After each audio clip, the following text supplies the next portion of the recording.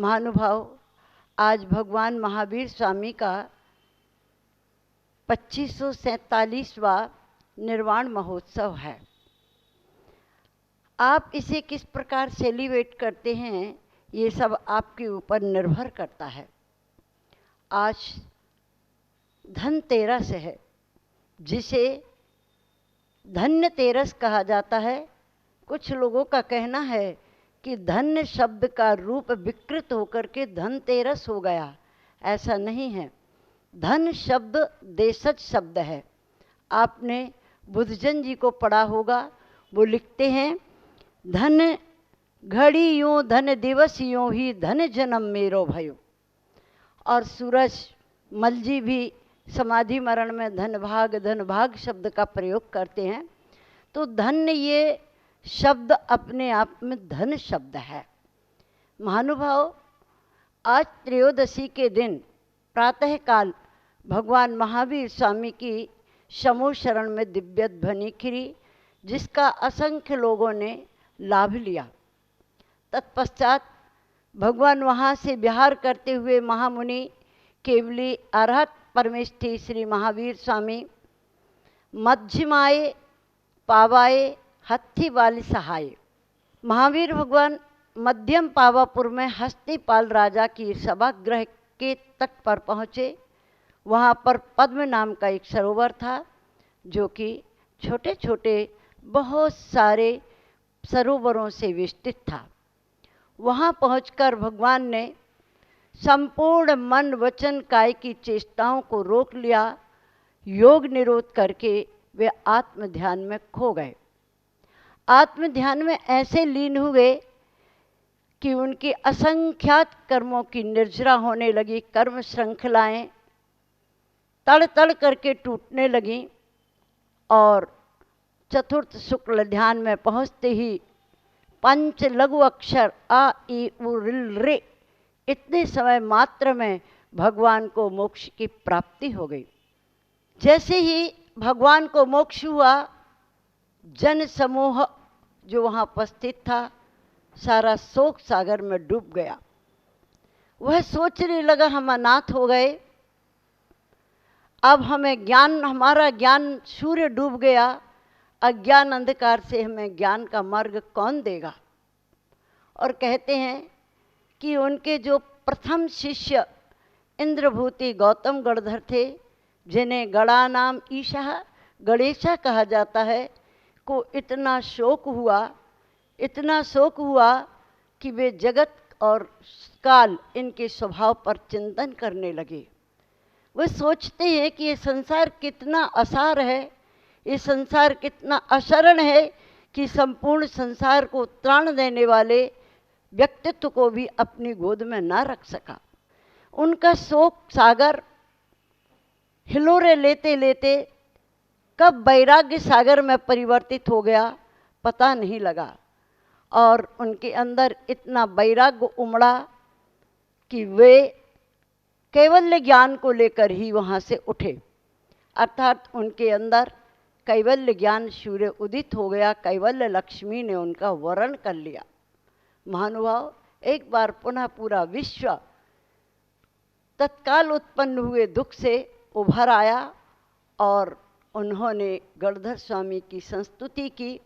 वहाँ पर एक गंधकुटी की रचना हुई और भगवान के रूप में जैसे भगवान की दिव्य ध्वनि खिरती थी, उस प्रकार गौतम गणधर की दिव्य ध्वनि खिरने लगी। महानुभाव, प्रातःकाल भगवान महावीर को मोक्ष की प्राप्ति हुई थी, इसलिए उस संप्राप्ति में भगवान के स्मरण हेतु, उनकी पुण्य स्मृति हेतु संसार में दीपोत्सव मनाया जाता है और मोक्ष लक्ष्मी की पूजन की जाती है। सायंकाल भगवान के शिष्य गणधर गौतम स्वामी को केवल ज्ञान की प्राप्ति हुई, इसीलिए केवल ज्ञान लक्ष्मी का पूजन किया जाता है। आज विश्व में गणेश और लक्ष्मी की पूजा के नाम से प्रसिद्ध है ये पूजा।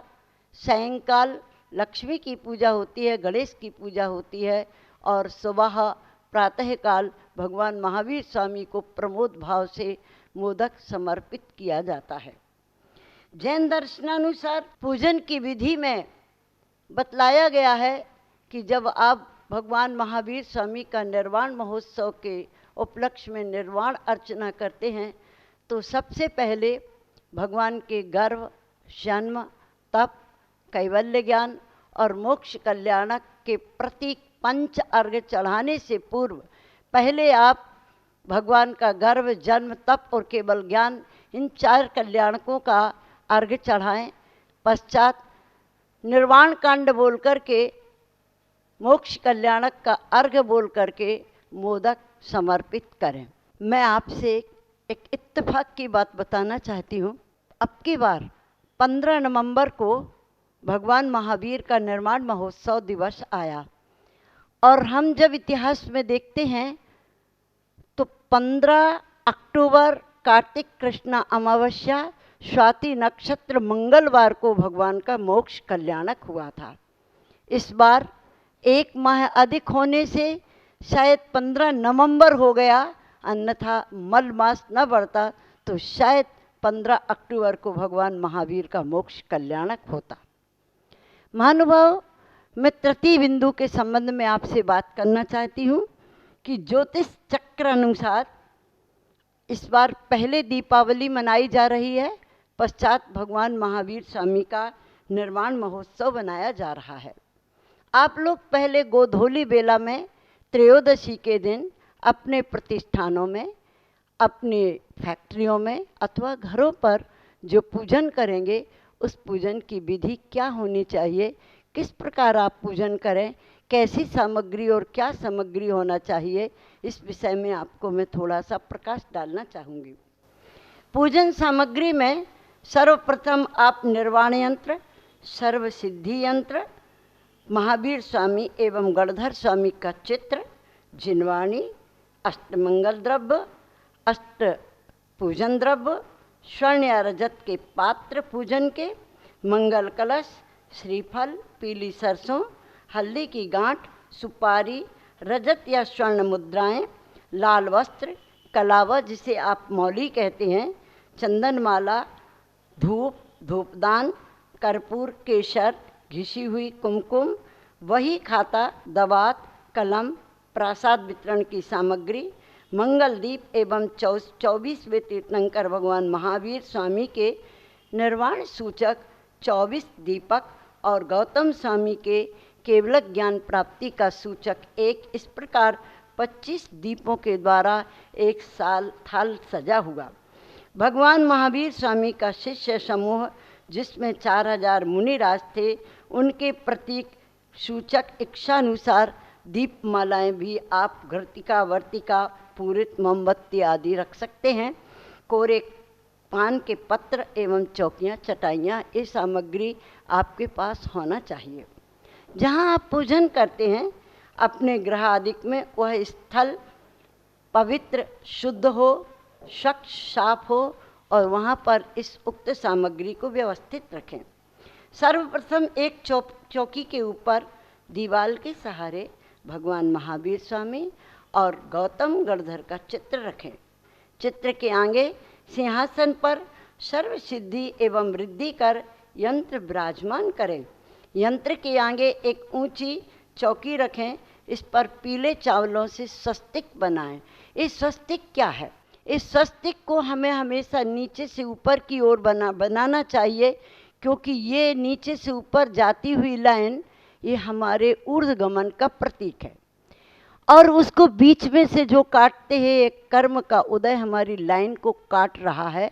इस प्रकार ये प्लस के रूप में हम पहले स्वस्तिक बनाएं।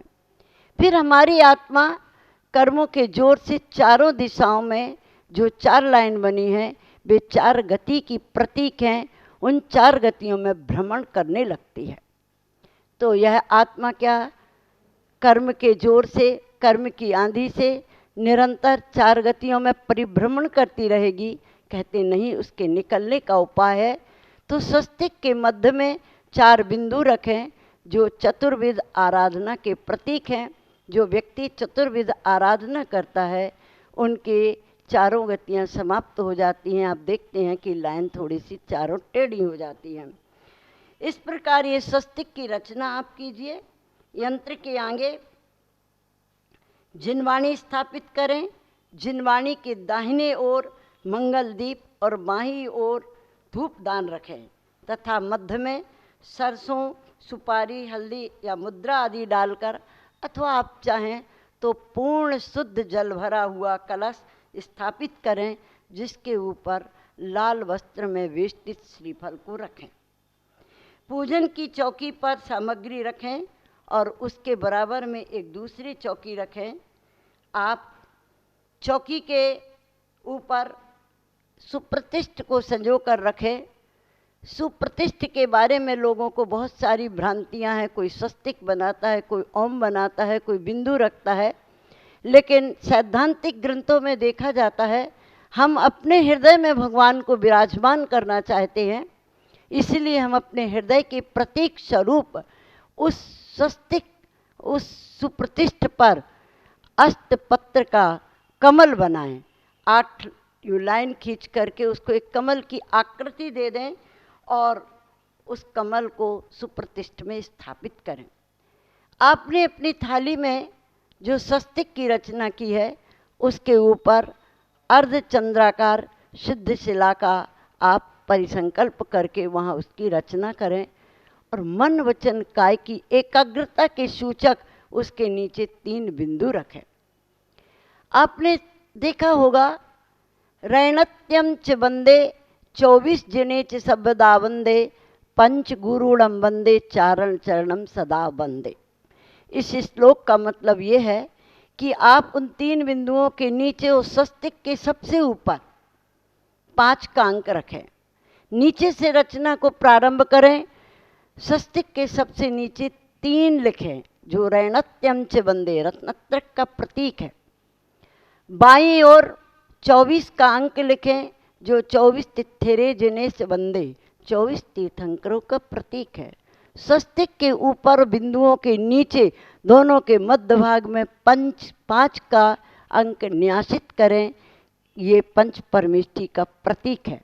और दाहिनी ओर 2 का अंक स्थापित करें जो रैणत्यम च वंदे चारण चरणम युगल वंदे, जो युगल चारण रिद्धिधारी मुनिराजों का प्रतीक है।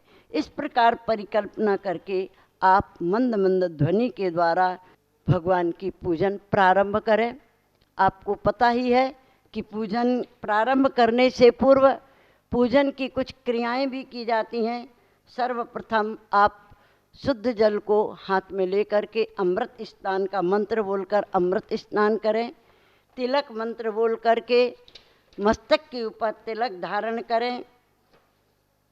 तृतीय रक्षा सूत्र बोलते हुए रक्षाबंधन बांधें तथा उसके बाद हाथ में पीला चावल या सरसों लेकर ओम नमो अरहते सर्व रक्ष रक्षोम फट स्वाहा, इसके द्वारा स्वयं को, पूजन में बैठने वाले सभी पात्रों को और सर्व दिशाओं को अभिमंत्रित करें। तत्पश्चात जो आपने मंगल कलश लिया था उस मंगल कलश को मंत्रोच्चारण पूर्वक स्थापित करें। उसके उपरांत दीप प्रज्वलन का मंत्र रुचिर दीप्तिकरम शुभ दीपिकम सकल लोक सुखाकर मुज्ज्वलम तिमिर जाल हरम शिवदम सदा ए धरामि सुमंगल कम मुदा।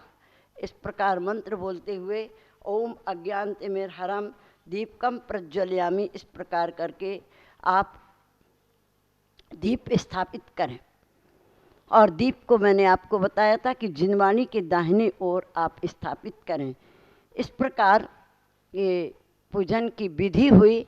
और अब आप सर्वप्रथम देवशास्त्र गुरु आदि की पूजन अथवा अर्घ्य समर्पित करके भगवान महावीर स्वामी की, गौतम गणधर की, अगर गौतम गणधर की पूजन नहीं मिलती है तो उनको जो केवल ज्ञान प्रदात्री श्रुत देवता सरस्वती देवी है उन सरस्वती की पूजन करें। पूजन के बाद सभी सामूहिक अर्घ चढ़ा करके विसर्जन करके पहला दीप अपने घर के मुखिया से अथवा विधानाचार्य से अथवा जो भी आपके घर में श्रेष्ठ व्यक्ति हो उसके हाथ से जलवा करके सभी लोग मंगल वादित्रों के साथ, मंगल ध्वनि के साथ दीपोत्सव मनाएं और आपस में सबको जय जिनेंद्र बोलते हुए प्रसाद वितरण कर पूजन को समाप्त करें। जय बोलिए महावीर भगवान की जय। जय बोलिए पार्श्वनाथ भगवान की जय। बोलो उपाध्याय श्री गुप्ती सागर जी महाराज की। उपाध्याय श्री गुप्ती सागर जी महाराज के आशीर्वाद एवं प्रेरणा से यहाँ पर बराबर में पहले हमारे पास जो 700 गज जगह थी, उसके पश्चात हमने पीछे की करीब 100 गज जगह ली और कल आचार्य भगवान श्री विद्यासागर जी के 75वें जन्मदिन पर 505 गज जगह हमने मंदिर के फ्रंट में बिल्कुल बराबर वाली और ली, जिसकी राशि 1 गज की मात्र 1 लाख रुपए की है।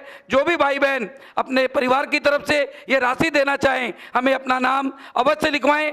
आप अपने परिवार की तरफ से 51,000 रुपये दे करके अपना नाम भूमि सारथी में भी लिखवा सकते हैं। आपका सभी का नाम यहाँ पर शिलापट पर जरूर लिखा जाएगा और आपके आने वाली पीढ़ी भी देखेगी कि हमारे परिवार का नाम भी यहाँ पर लिखा हुआ है। मैं सभी से निवेदन करता हूँ कि जो भी लोग देना चाहें वह जरूर देवे।